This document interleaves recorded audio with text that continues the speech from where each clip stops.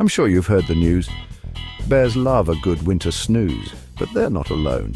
Sure, bears get all the fame, but did you know bats hibernate too? These flying mammals cozy up in caves all winter. And how about turtles? Some even bury themselves in mud at the bottom of ponds. Squirrels might seem busy, but ground squirrels hibernate for up to 8 months. Even ladybugs join the hibernation party, hiding in groups to stay warm. Ever heard of the European hedgehog? They curl up in leaves and snooze the cold months away. And let's not forget about bumblebees. Queen bees hibernate solo, ready to start new colonies in spring.